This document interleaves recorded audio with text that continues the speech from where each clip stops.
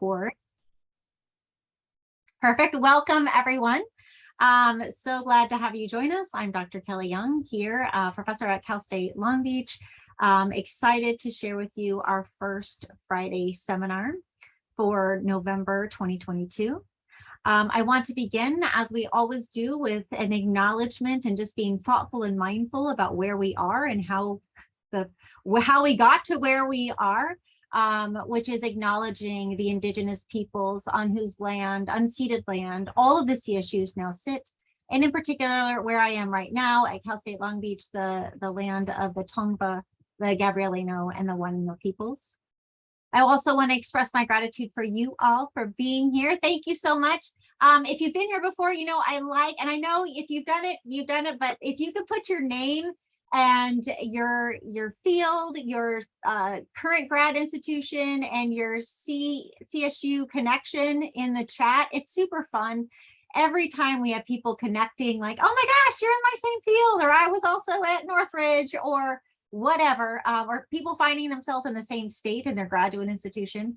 So throw those in the chat for us. It's always fun to have this be a community, a connection, as well as a seminar. It is a seminar.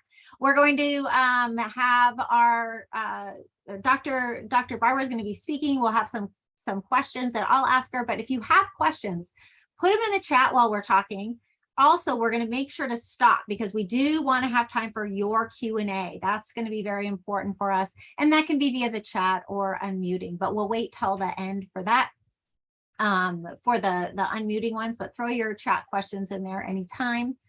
And just one last thing, of course, we're here for each other. We're here as a community and in solidarity, and therefore we will not tolerate hate or hate speech. We're here to lift each other up and share as we do so. So with that, I want to get on to the main event. Dr. Lacie Barber, thank you so much for being here. Dr. Barber is an organizational psychologist at San Diego State University. She's an associate professor, but not for much longer, which I'm very excited as she moves through her career progression as well. She also helps train faculty search committees, which is why she's our expert speaker for this particular seminar.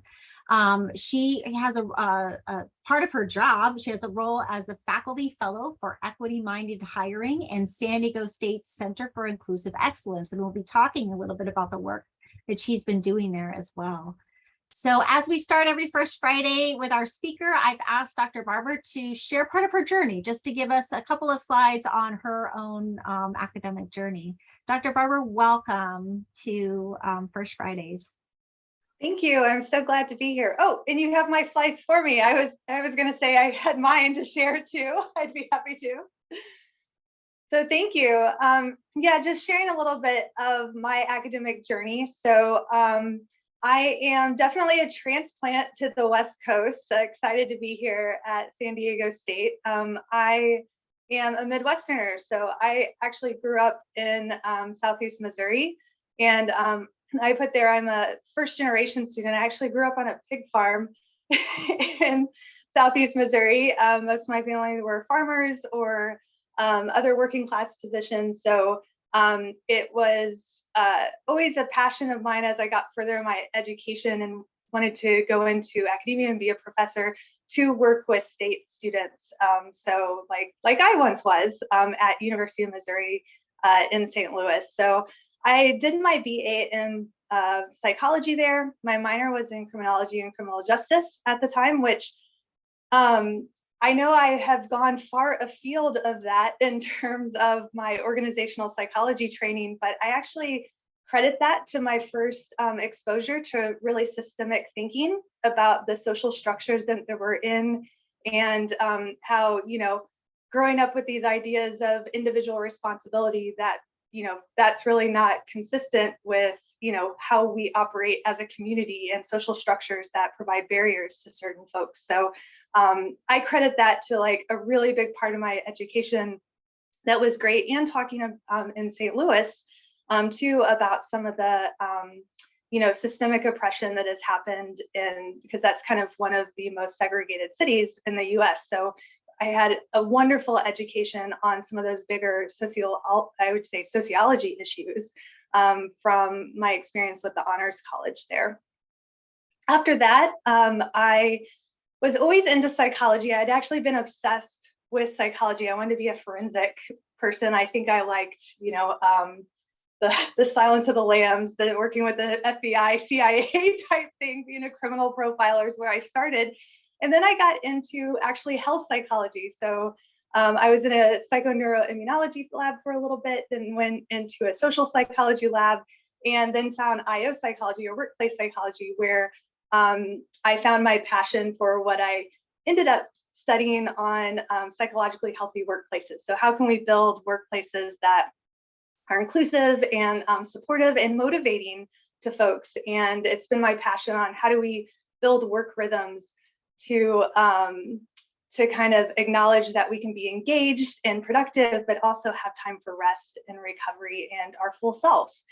And so during that time, though, I put here that I have an academic spouse, so I am married to a biologist, so he's a year ahead of me. And so we were in graduate school together and on the job market together twice, because for our first job, which I'll get to later.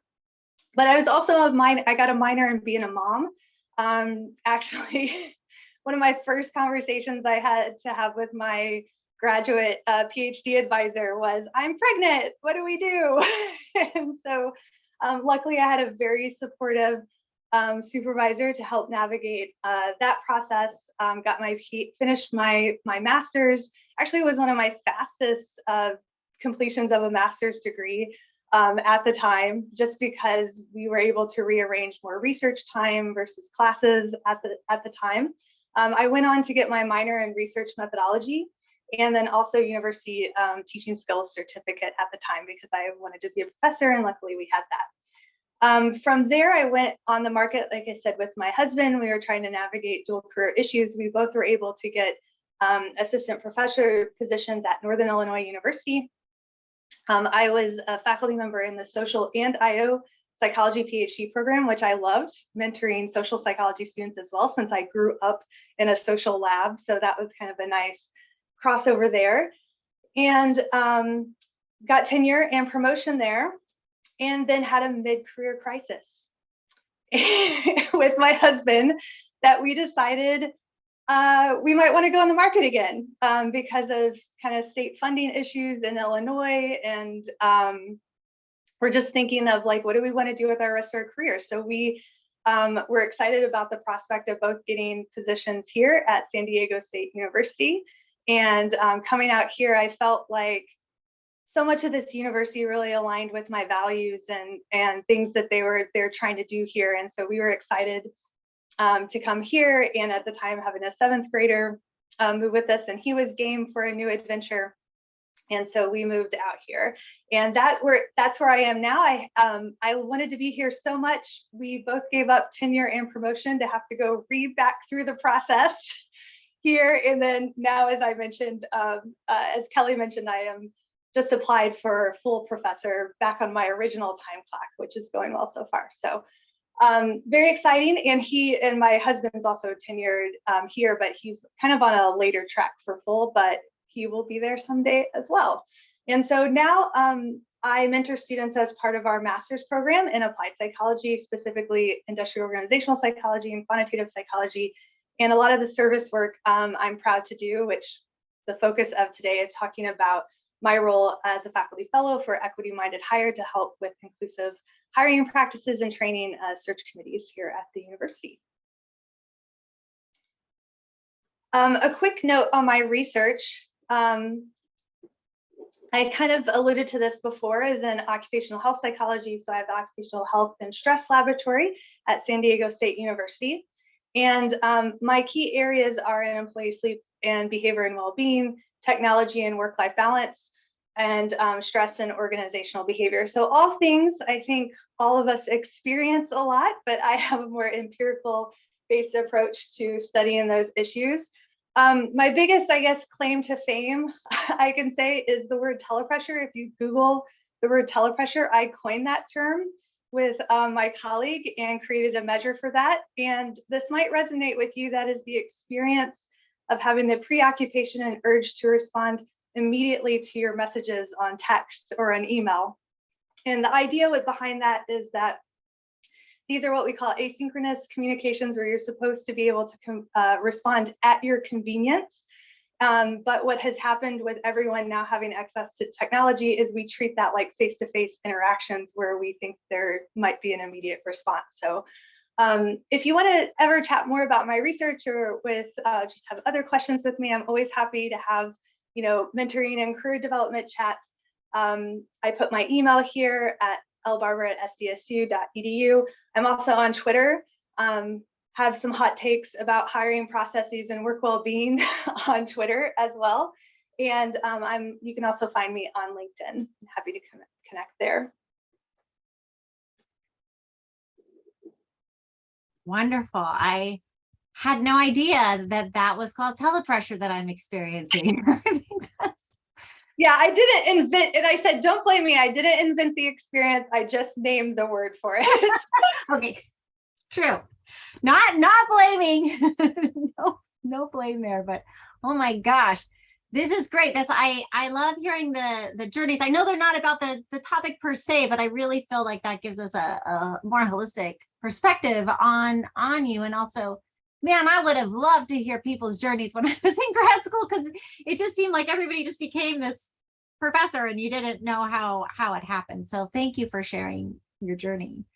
But I would love to get on to the topic at hand, which is academic job interviews. And I think, honestly, though, before we do, if the whole process, sometimes the whole hire, I think, can be kind of mysterious, shrouded, what does this actually entail? In fact, it wasn't until I was on a search committee that I really realized, like, oh, okay, that's what they're doing. Would you mind just giving us a brief run through of like, what is the job hiring process, just briefly? Yeah, and actually, if you don't mind, I'm just gonna share a little screen here with a picture. Hopefully everyone can see that. This is kind of what I talk about with search committees too, because you might be surprised to know, because I know it feels like when you're on the interviewing process that the search committees, must be experts and know everything.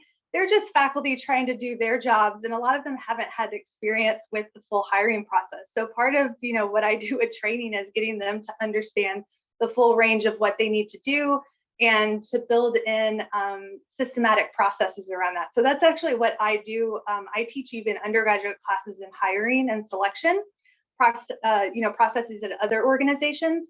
And so one of the big things that we talk about are different stages of the process and what we can do, just little minor tweaks to kind of standardize the process to kind of remove bias at each of these stages. And so this is kind of what I show them. It's easy to wrap your head around kind of 10 main areas.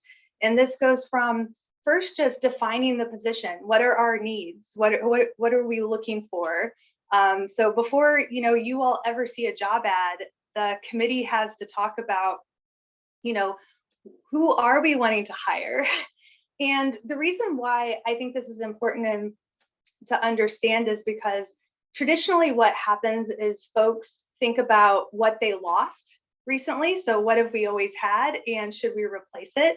And a lot of times I know at San Diego State University in our department, we have a long-term planning committee where we actually try to get people out of that. And we say, no, we think of this as aspirational. Who do we want to be, right? Where do we want to go and how do we want to expand? So it's not about, oh, we lost someone who studied this. We're thinking, well, where can we grow? Where can we go elsewhere? And how can we make connections and new connections within our department and kind of other places?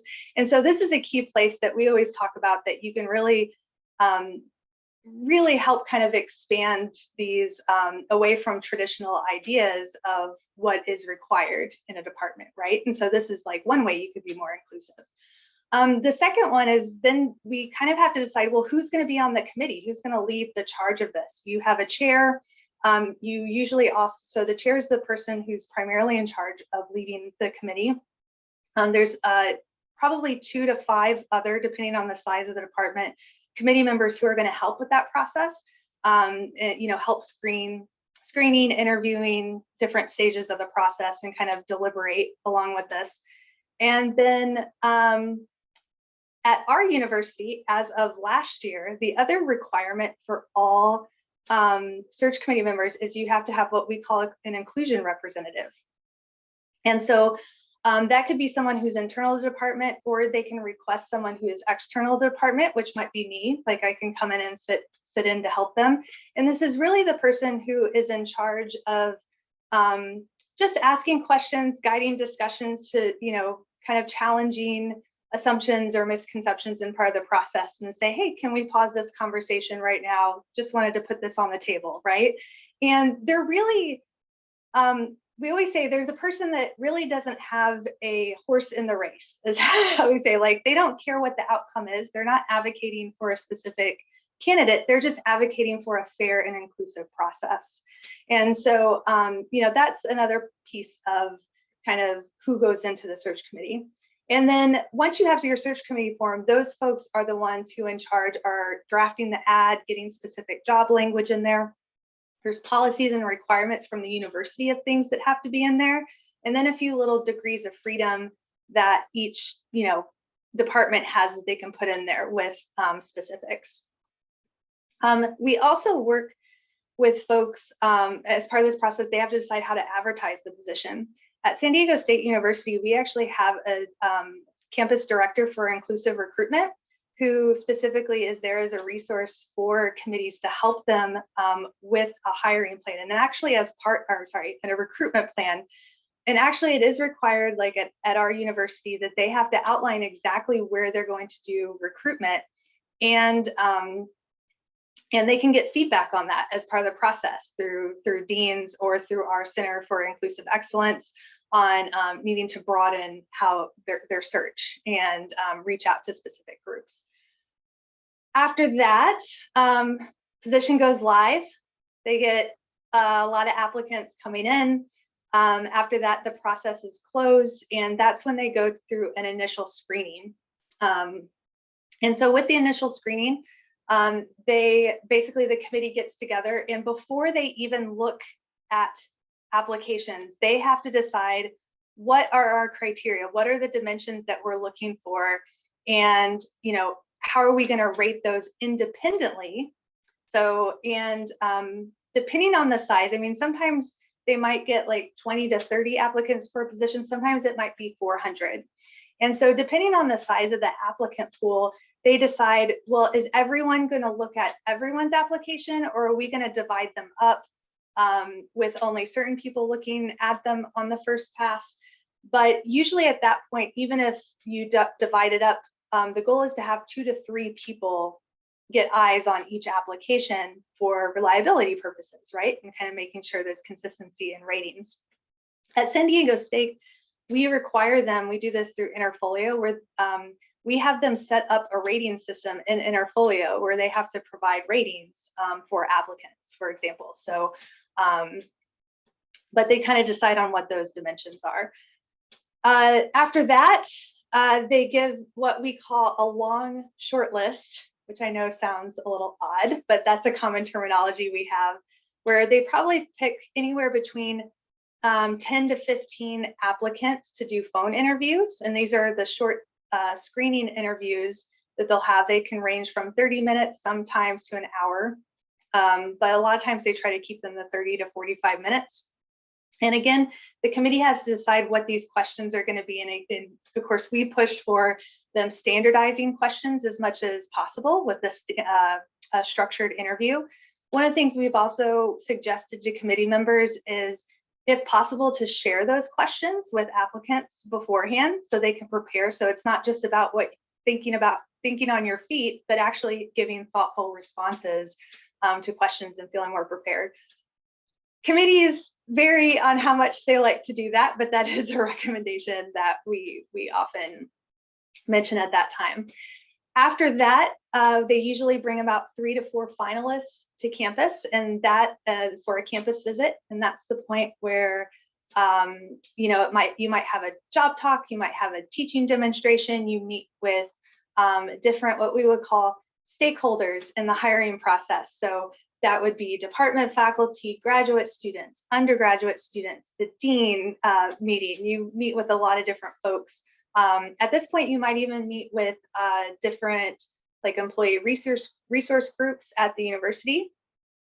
And we try to set that up with the candidate on what their interests is. So usually we ask them to ask the candidate, is there anyone else you would like to meet with, or an office you'd like to meet with, based on our website. For example, I was excited when I came, I saw there's a first generation group, and there's like a women in business group that I wanted to meet with. So I talked to some of those folks ahead of time as well as part of my visit. After the campus visit, the search committee gets together and decides on recommendations. Although I should say before that, so after they have campus visits, we usually encourage search committees to set up a standard feedback survey that they send to everyone who interacted with the candidate. So this would be folks that went to their job talk, met with them one-on-one, and they have kind of questions that they ask them on if they found that they would be acceptable or not for the job, why, might rate on specific dimensions. And then they kind of identify themselves confidentially, meaning like you might not put your name, but you put if you're a faculty member, a student, etc., to get feedback that way. And that's a way we tell folks to take that information systematically that they can use for kind of finalist recommendations as part of that deliberation. And so this part really varies a lot across even departments and universities on how much the search committee decides and ranks the final ones and how much input the department has. For example, in our department in psychology, it's almost the norm that the search committee provides rankings and everyone provides a little feedback, but it is very unusual for anyone to like fight or push back against the search committee's rankings. The assumption is the search committee has spent the most time with the applicant, has the most information, and there's a little bit of trust, I think, built up on, okay, we kind of understand your justifications, that makes sense. You might ask questions, but people rarely go against that. Other places it's not true. There's a little bit more of a discussion with the entire faculty. Sometimes there's been situations where even the dean might disagree with ratings and discussions. And so norms vary quite a bit, I would say, at the recommendation stage. And then after that, there's an offer to the candidate that kicks off the negotiation component that you're usually working with your chair or the dean. And again, norms might change on how much you're interacting with them, but it's usually out of the search committee's hands. Although, again, we try to recommend the search committee give candidates resources and tips before they go into negotiation as much as possible. And then later, we also train them on talking about, okay, well, once they do accept the offer, how do you kind of celebrate the acceptance, welcome them into the community, and again, start that inclusive mentoring and belonging process that has to happen with them learning their way around the institution.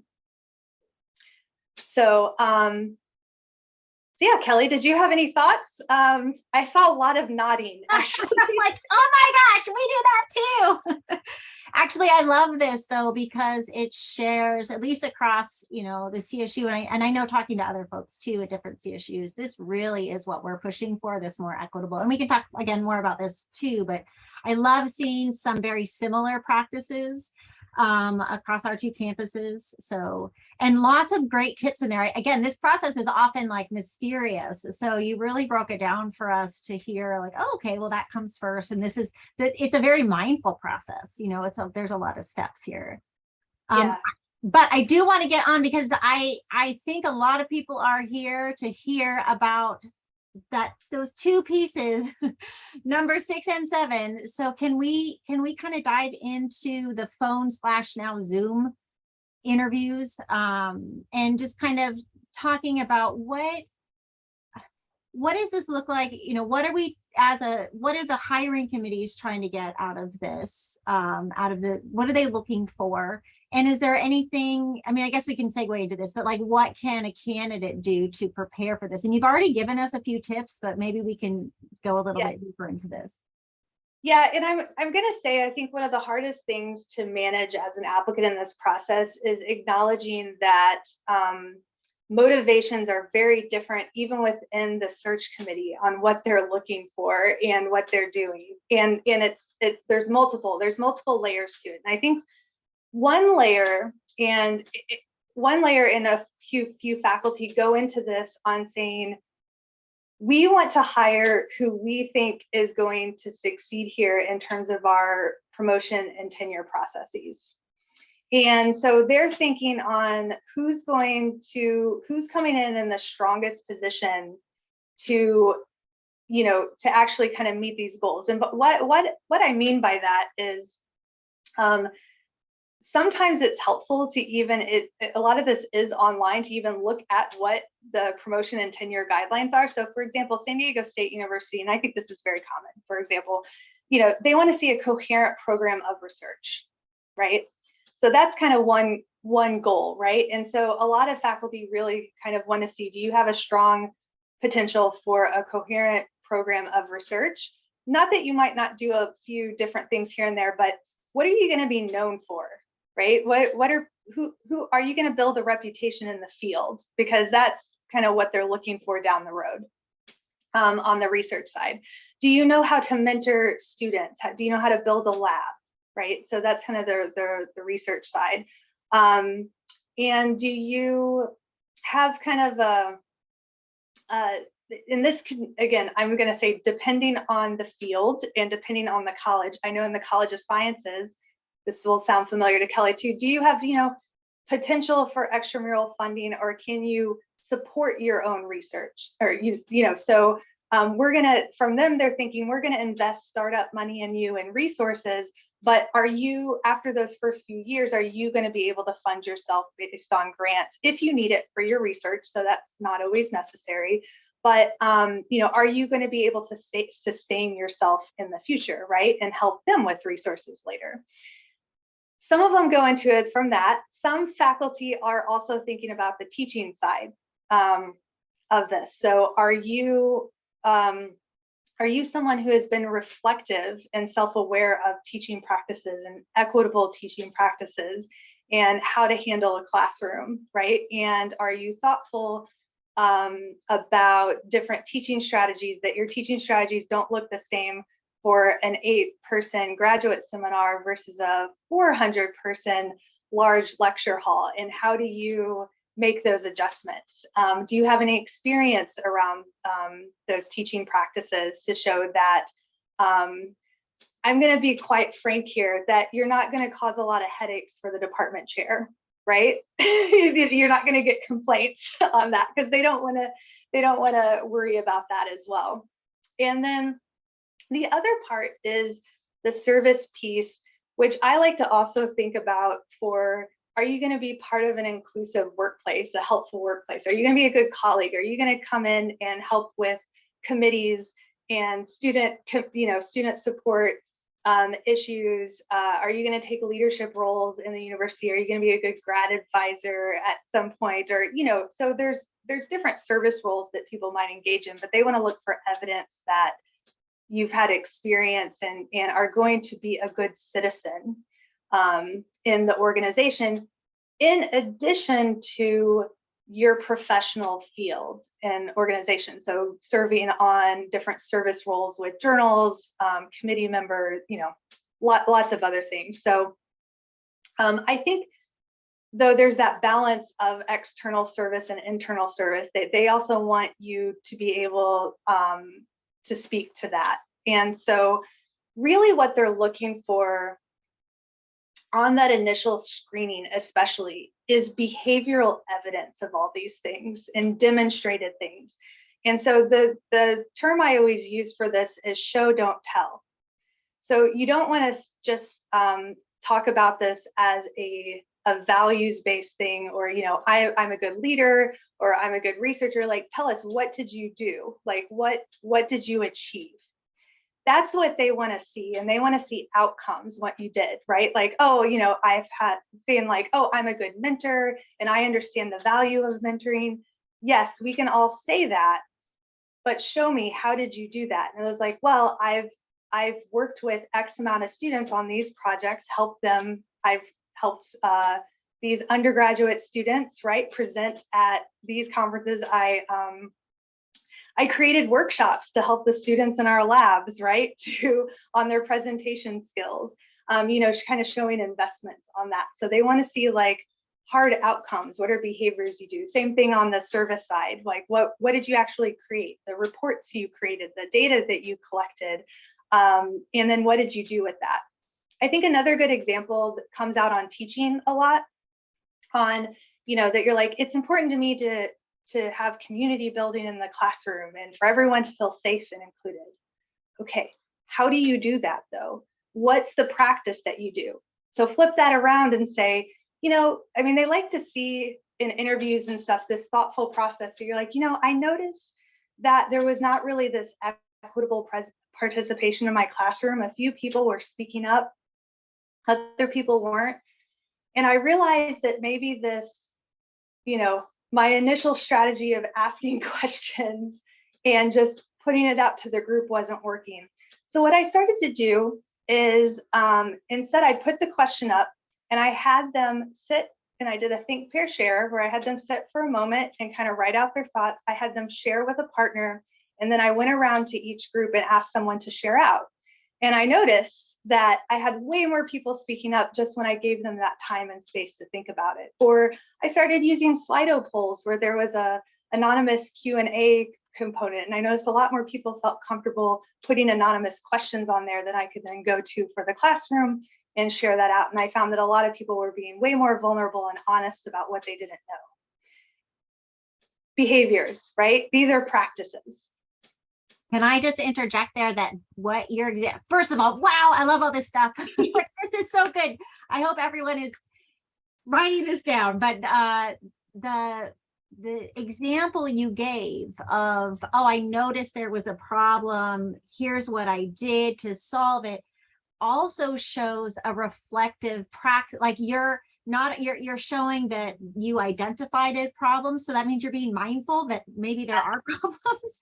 Yes. You then were reflective on it, and then you did some stuff to try to solve it. And I love that answer because you're showing, as a candidate, you're showing so much more than even just saying, which is also good, I use think, pair, share.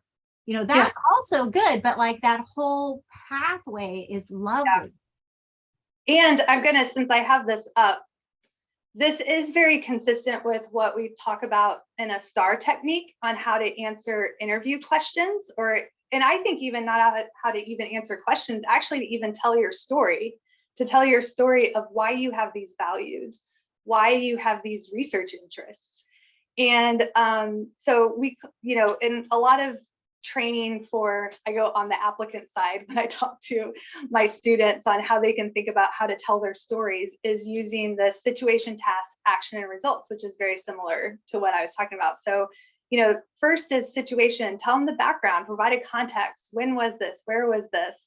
In your lab when you were a graduate student, or when you were a postdoc and you were in charge of leading the lab for the first time, right? Or your first class you were teaching that was a large class that you were teaching and you were anxious, right? So set the stage on where this was, when it was, and then describe the task. What were the challenges and expectations? What needed to be done? And that's what Kelly was talking about. This is the problem, I noticed there was a problem, right? And then what is the action you took? So how did you do it? What specific tools did you use? What specific practices did you use to achieve that? And then what were the results? How did it go, right?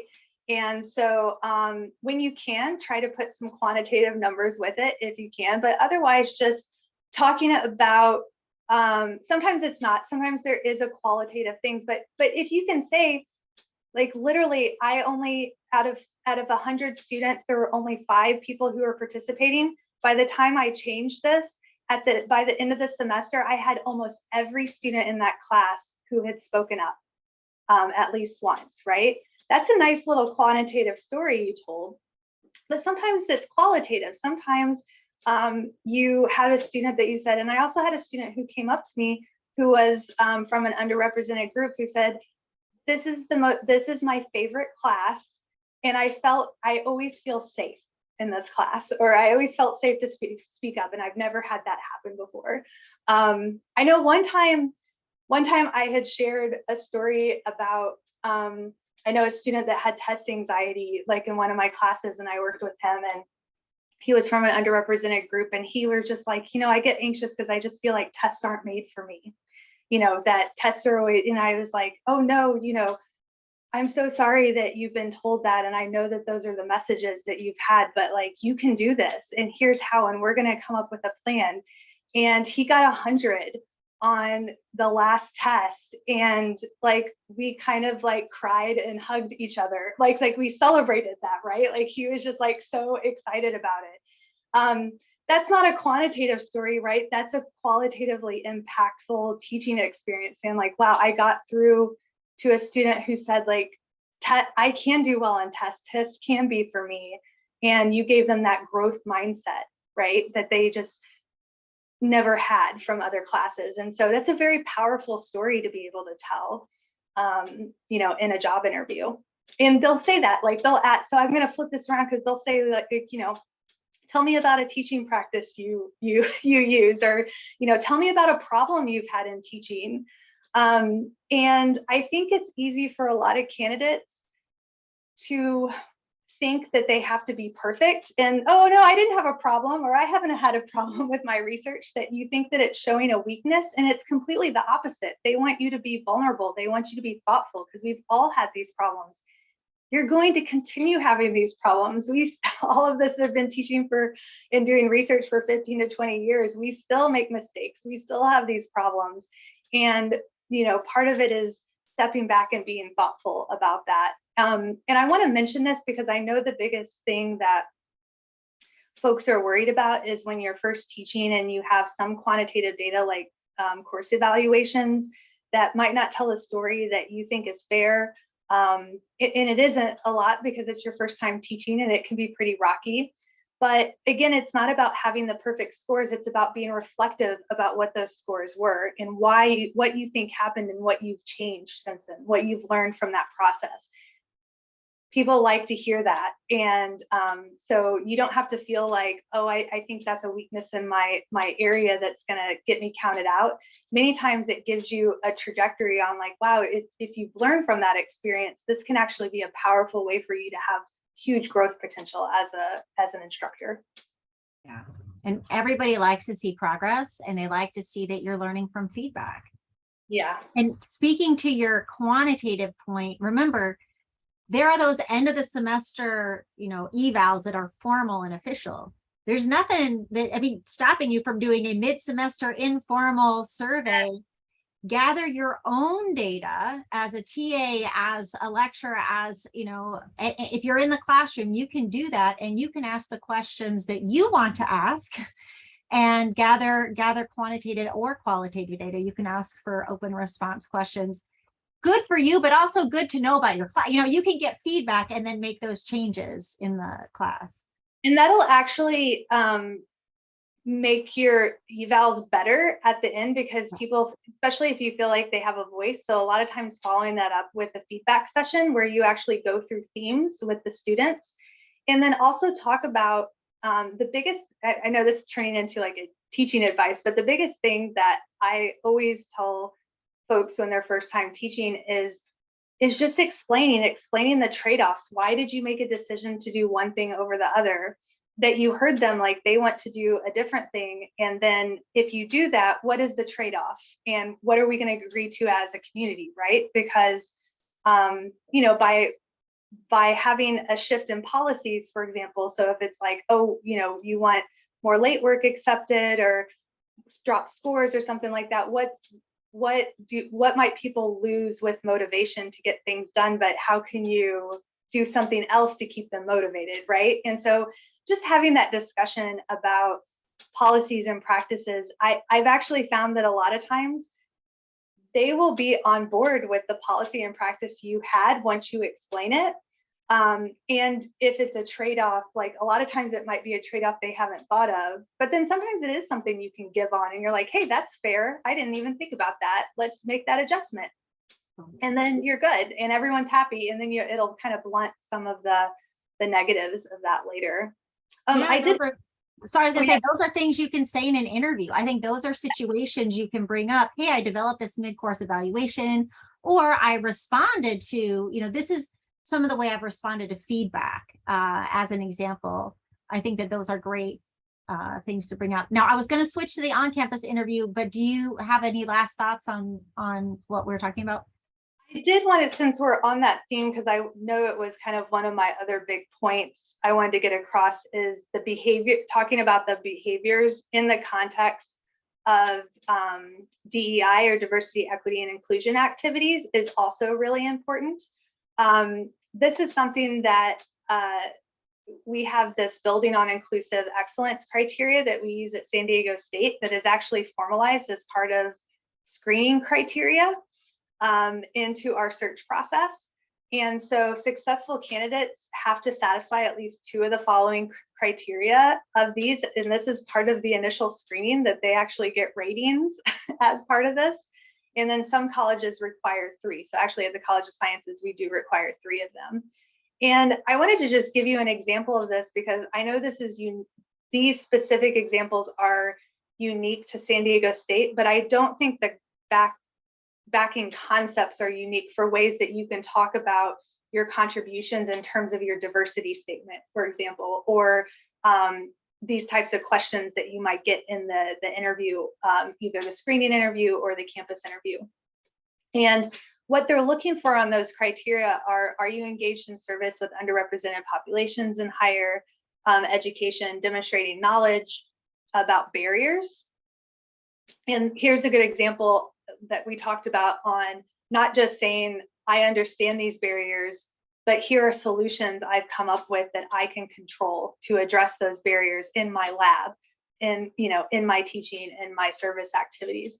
Do you have experience or demonstrated commitment to teaching and mentoring students from those backgrounds? So that might be kind of another way. And again, not saying I mentored X students from underrepresented backgrounds. That's not really the goal. The goal is to say, how has that changed how you provide resources to your lab, or how you run your lab and structure your lab to support that? What do you do to help them with the hidden curriculum of science, learning how to do science?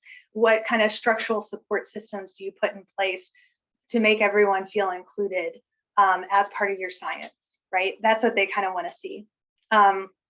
Integrating that understanding of underrepresented populations in your research as communities, thinking about that broadly. And so I won't go into all these, but you can kind of see the theme here on kind of research, teaching, service. What are you doing to kind of demonstrate that you are trying to use inclusive pedagogy, research practices, and improve your workplace, improve your work surroundings? That's what they kind of really want to see. No, this is great, because I think, again, this is something that we don't necessarily see as a candidate going in, or even know that, for example, a CSU is thinking about this, but they are. Yes. I'm mindful of our time, but I do, because I wanted to leave time for Q&A, but I also wanted to get into the on-campus interview. And do you have any tips or ideas? I know that you had mentioned at the beginning in your flow chart, you may have to do a teaching demonstration. You're definitely going to have to do a research demonstration. Sometimes, you do both of those. Any tips for a great job talk, or just a great on-campus interview experience? Yes, don't be afraid to ask questions if they don't provide you with information. So, one of the things I'm going to say we train on the search committee side is for them to tell you what your schedule looks like, who your audience is going to be for these things. Of course, too, I put this under like, allow candidates to be their best. You should be getting breaks. You should be able, when they feed you, you should get to eat instead of like trying to eat and answer questions at the same time, right? There are certain things that we're working on that folks aren't always mindful of, but building in more breaks. And part of it is because we try to get search committees to also think about this as, you might be interacting with the candidate for an hour or less, but they're interacting with everyone for 12 hours straight.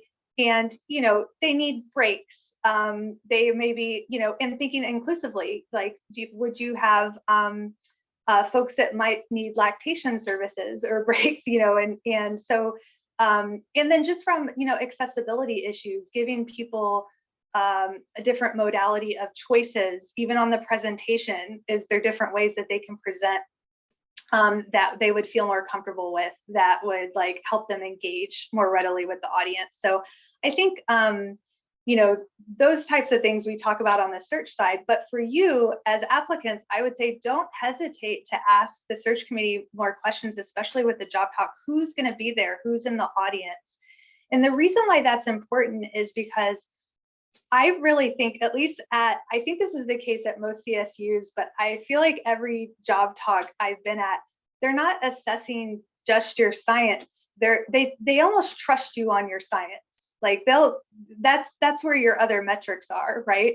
They want to see how you present your science, how you talk about your science. And so the best way I think to do a job talk is to make your audience feel smart.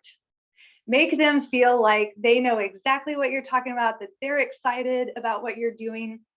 And I see it as an advertisement for your vision of your research program and your research, more than trying to do a technical journal report and cover all the bases. Of course, people will ask you technical questions at some point when they're really into the weeds, but you don't need to preference that and be proactive. You can answer that off the top of your head because you're smart too, right? You know your stuff. And so there, I think your goal is engagement. Get everyone involved and invested and excited about what you want to do, because there's going to be, undergrads there who want to join your lab, graduate students who want to take your classes. And they want to kind of see your teaching abilities as part of the job talk, in addition to, what your vision is for your science. So I think that's definitely a different way to think about it that I think most people think than when you're doing a typical conference presentation on that study. And to really, again, talk about, when you can, talk about not just one project, but a coherent line of like where you're going with things. So they want to see like your plan, what you're going to do for the next 5 or 6 years with that research. And that plan could be done at the university where you're interviewing. Yes, I think that's important, because I see that sometimes as a swing and a miss here, because they'll say like, we're doing this with this nuclear reactor. I'm like, okay, no, you're not. What can you do at that place? That's a great point. And I actually glad you brought that up, because to me, that's actually something folks sometimes try to get at the screening interview before they even bring you to campus. They will ask you what kind of resources you need, what do you need to do your science? And you want to be mindful of that when you apply, what the constraints are at the university. So, but then reinforcing that in the campus interview, of course. So I'm glad you brought that up, Kelly, because I forgot that that's a big one, that it's not just about your coherent program and research and vision, but can you do that in the environment, not just collaboratively, but equipment wise, for sure. And with the students. And I think if you are interviewing at a CSU, you absolutely need to include a plan for undergraduate research. How could you get undergrads into your research? I think that point of like, who's your audience is fantastic. Thinking about who are you talking to and setting up that question. Like if you can leave the audience when you're like, here's the problem I was solving, they're like, how did you solve it? That's where you want them to be, as you're moving through. So yes. We have a couple of questions that are coming in the chat. One of them is asking about negotiation techniques, especially for incoming underrepresented faculty. Do you have any tips on negotiating? I know it's a tricky one at a CSU. We're pretty limited, but any thoughts on negotiating? I'm going to have to say that I I think the best way to approach that is to ask folks when you interview about their tips and their experiences or things you should negotiate for. And the reason I say this is because in a lot of interviews, you will have quite a few folks in the department or that you meet with who will say, like, ask me questions. Like, I'm not here to grill you or interview. What do you want to know? And you can ask them, like, so, what types of things are good to ask for typically here as part of that process? Or what did you like, tell me about, like, what did you ask for? And I think it's a really good way for you to collect your own data in the context of that department to get a good idea on there. On the flip side, I'll tell you one of the things I try to tell faculty on search committees is for them to proactively talk about that with candidates. What's on the table to negotiate typically, what's not, what do people typically ask for? Because I know one of the things that I completely lucked out on one of my interviews that I ended up taking at NIU is I happened to have a senior faculty member who he always scheduled his meetings with the incoming, the applicants right before the chair. And he said, I'm just here to tell you what you need to negotiate for. And he's like, this is what, and I tell people that on the flip side, like, you need someone like that to just tell every single candidate, here's are things you should negotiate for. And that's what he's like, I'm tired of new faculty coming in here on a shoestring budget because you didn't know what to ask for. So here's what you should ask for. And like, tell me what you're going to ask for. And he would actually be like, no, you should also ask for this, right? And so part of that is getting a good advocate or ally that also knows kind of the context of that, because I think that's one of the hardest things to figure out, because you also don't want to over ask things that are going to be off the table, but you can still ask about it in a way as long as it's, more curiosity, I think. I've also just found that ask the chair. The chair is on your side. I know it feels kind of funny sometimes, but the chair wants you to get as many resources as possible because you're part of the department's success as well. And so, don't feel shy to kind of come in with some additional things that you have in mind, but say, what is there something I'm missing that folks typically ask for that's okay here? Because I'm not sure what's okay or not for this specific organization. So you can always it's best to come up with a laundry list of things that you could ask for and just kind of tick it off, but then, acknowledge that you're like, I know you might not have that, but I just wanted to ask about it, right? I think talking to the committee, the search committee chair too, because at that point, but the point of you getting an offer, you have a rapport. You've met the person in person, you've been to dinner, you've done, and so asking that chair as well as the department chair. I want to follow up because I know they said, how do you decide on a person to ask? And I'll be honest, again, like sometimes it's legitimate, let's say the legitimate power person, the department, the search committee chair. I've got to be honest, part of this is just who do you feel safe with? Yeah. I mean, that is something that when, people differ. For me, I notice people differ on how formal they are or how attuned they are to some of these issues. And there are some people that you can just tell when you start talking to them, they seem more open. They say, what questions do you have for me? What are, what do you want to know? That's the person who you should kind of just ask, like, yeah, do you have any tips about this? And, you might be asking them other questions too, but that's definitely on the table. We have a couple quick question, and then there's a couple of comments on equitable assessing, how you're assessing rating. And I know that this is your wheelhouse, how you reducing bias, because I know that's happening across the CSU, but a quick question on how long does it take after submitting an application to hear back from the search committee in general? That can really range. It's hard. And then also what varies, I mean, it also depends if you're on the long, if you're on the long short list, it might be fairly quick. Yeah. And it's really just what's hard is what I try to tell folks is that, these are full-time faculty members that their job isn't hiring, right? And that they get with hiring as a service thing. And so that's why it can range, because they're trying, it can fall on different parts of the semesters, and they're trying to like herd cats. And so, it really is going to depend. Sometimes I can tell you, I've had experience where some of them might not even have a screening interview. I've had one where I thought I was rejected, and then I got invited for a campus visit because they went straight to campus visits before, Wow. And so, it can definitely range, but especially once you get a long, short, if you're on the long, short list with an interview, or you're a finalist, you should, if they don't tell you what the timeline is, you should always ask, and they'll give you a best estimate, right? But it really varies a lot. Yeah, and it can take weeks from submitting your application to get what we call pool approval, which means there has to be a certain number of candidates even applying. They have to have turned in a certain number of pieces of paperwork. There's things that the committee can't even do until that happens. So I would say it can take multiple weeks just to hear back if you have that Zoom interview.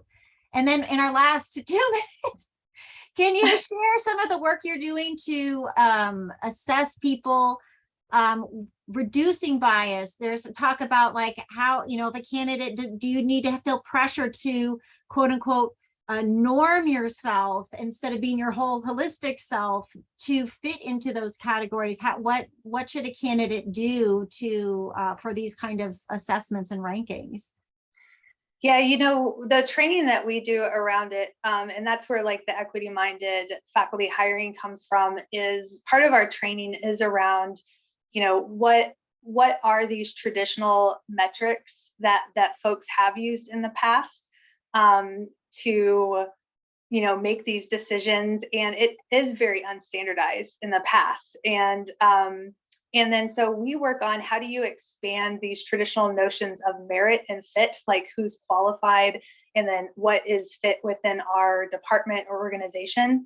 And so we specifically talk about how like the biases in traditional metrics and how people should expand their metrics across different areas. So for example, it's very common to just I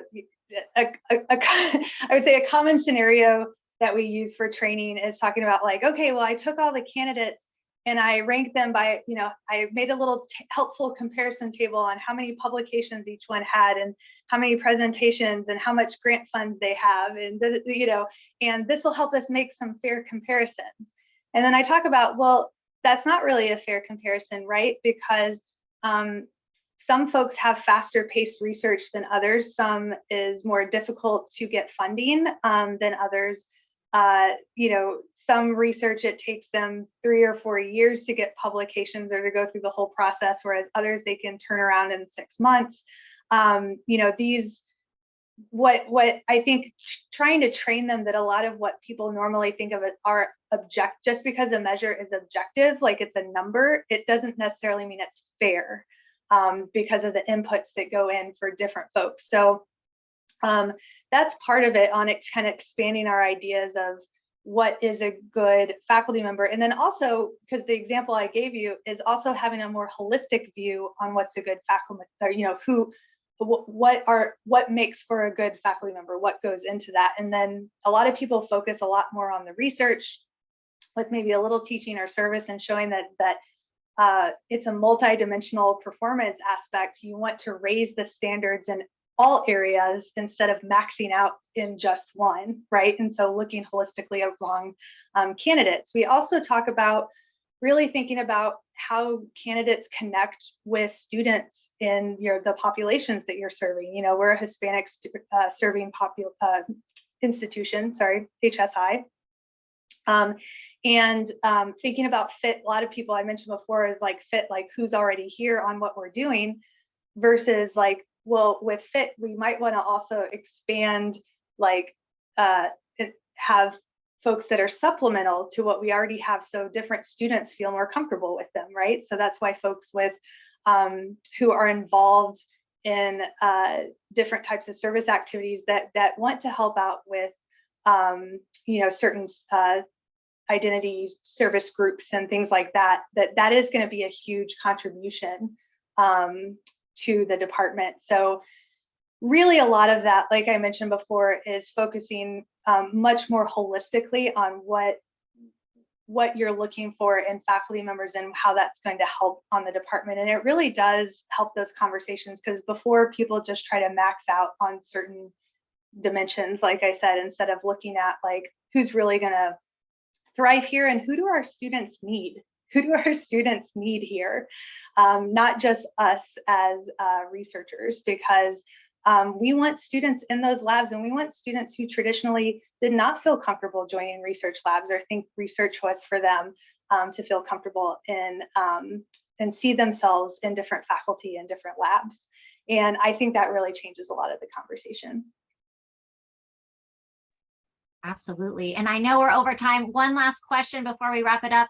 Any tips on choosing? If you get a ton of offers from everyone, yay! How do you know which place to go? Well, I can say from personal experience, mine was I went into the attitude when I was interviewing that I am also interviewing them. It's not a one-way street. And so I feel like I got a lot of that data through talking with other folks and asking them questions. And my favorite questions to ask other faculty were, what are your favorite things about working here? And the other question was, what are some of the challenges that faculty often experience here? And that helps you understand the constraints, as well as some of the positive benefits and how people talk about it. And I kind of liked it because I think asking a lot of people the same questions, you can kind of get a barometer of the place. And for me, when it came down to it, I always chose the folks that it wasn't about the numbers. It wasn't about, again, for me, thinking about maxing out the package or the salary or the money. It was about the people. And from the people, from my colleagues to the students I serve, and is this a place where I belong and I'm going to be supportive and I can thrive in my career? And I think I just want to say to all of you, like, don't be afraid to look out for yourself on that too, and really try to get a read of that during the process and make that a huge part of your decision making, and making sure that you can feel like you can find advocates and allies to help you. And I think that's where I thought there were places where I interviewed where I felt that they were trying to interrogate me to hit a certain standard, and I wasn't about that. I was like that. And so then I just interrogated them back and decided that wasn't, they weren't good enough on that side too. And I did get offers from a place like that, and I didn't even consider them because I just didn't feel like that was a culture that I wanted to be a part of, versus other places I felt that they treated me with respect as a scholar. They were curious, they were excited, and I was excited to work with them too. I love that. And many offers come to you. So you are making that decision. And just to add on very quickly, one of the best questions I received as a search committee member was, what does it take to thrive here at Cal State Long Beach? And I love it. So that's a great question that, would you have questions for us? That's a great question to see about that support. Yeah. And I was like, I said, I can, if folks can stay, I can stay a bit longer if you want me to answer more questions. I really don't mind. I really don't mind. They have some great questions here in the chat. So well, I'm looking through. If there's anybody, I'm trying, is there anybody who we missed their question to? And you had shared your, you know what I'm going to go ahead and do is I can share your email too, if that's okay, because you would share your social media digits that you had. So you shared those. So we can put that up there as well. Any last questions as we're closing up here? I'm going to put this up here for you guys. Well, I really appreciate your time. I appreciate your expertise. I appreciate especially the work you're doing to make interviewing a more equitable process, a more inclusive process that really does look for candidates who are as their whole selves, not this little narrow, like, how many papers did you publish? Yeah. Because that's what we need at the CSU. That's who we need to be our professors. That's who we need leading our universities. So thank you for your great work that you do. Thank all the audience for being here, your awesome questions. Next month, December, we're having a first semester faculty member who just started also talking about interviews, and Dr. Antonio Martinez is going to be talking about his interview circuit experience. So we'll get like a double the perspective here from the committee, from the institution, and then the perspective from a candidate next month. Yeah. Dr. Barber, thank you for your expertise, and we'll see everybody next month. Yeah, thank you for joining, and thank you all for your wonderful questions. And yeah, I also just want to say, like, it is a brutal process I'm going through. I mean, it takes so much stamina. But I also want you to know that, you know, when it comes on the selection side, like flipping it around to the search committee, a lot of times they're not rejecting you, like selecting against you. They're often, because everyone's so good, they're often just selecting like, okay, this is the person that we think is going to thrive in fits with, you know, what we're missing and things like that. And so I like to mention that because I think that one of the hardest things on being on a search committee is the looking at the fantastic quality of applicants that you know would thrive there. And if you could hire 5 of them, you would hire all 5 of them when they came. And so I just want to say, I know it's hard getting those types of jobs, but keep your heads up. And as we talked about before, interrogate them as well, because you deserve a good workplace. And then once you're in that workplace, I hope that you'll also join the fight to make it great for everyone coming in behind you as well. Excellent. Thank you all. Take care, and I'll see you next time.